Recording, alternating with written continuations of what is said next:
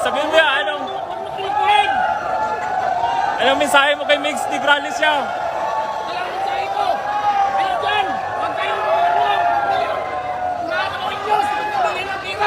Okay. Yes. Okay. Yes.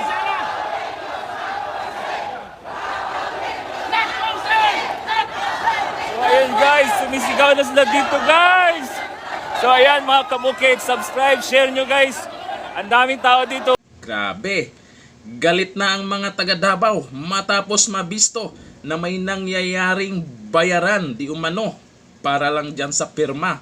Yung iba, akala para sa ayuda. Yun pala, para isulong ang chacha or yung charter chains.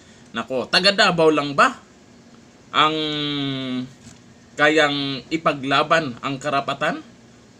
Taga Davao lang ba ang talagang matapang para sa katotohanan?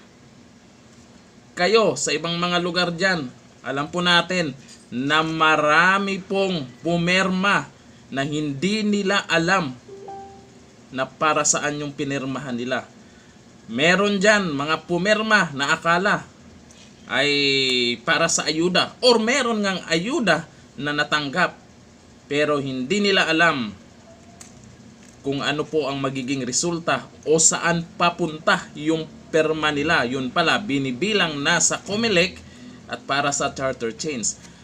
Pag nakalusot yan, yung ayuda nyo na natanggap, pang ilang araw lang yan.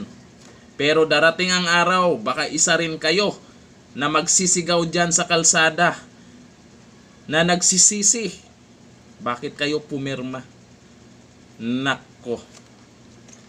Ito na nga sinasabi natin. Habang maaga pa, magsalita na kayo. Habang maaga pa, gayahin natin itong taga Davao na ilabas yung sama ng loob. Kasi marami sa kanila naman talaga na may mga ebidensya, may mga video, may mga picture, may mga, lalo na yung video na karana nag-viral na talagang pinupus ng isang congressman na pirmahan dahil pag pumirma ka, may ayuda. Yun pala, para lang sa charter chains. Okay sana kung pinaliwanag ng maayos nila yung perma na yan, pinaliwanag ng maayos, hindi yung talagang parang ano nangyari kasi, parang sinamantala nila yung taong bayan na nangangailangan ng ayuda. Kasi kahit sino naman, pag nangangailangan ka, pag sinabing pumirma ka, may ayuda, pepirma talaga. Ikaw ba naman, gutom? Perma lang naman yung katapat para mabusog ka. Yun pala, eto na.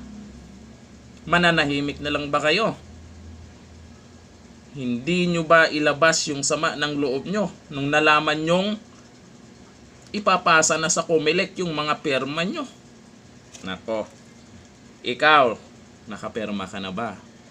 Ikaw, may ayuda ka bang natanggap kapalit ng pirma? Comment down below. Hanggang dito na lang. Thank you. Bye-bye.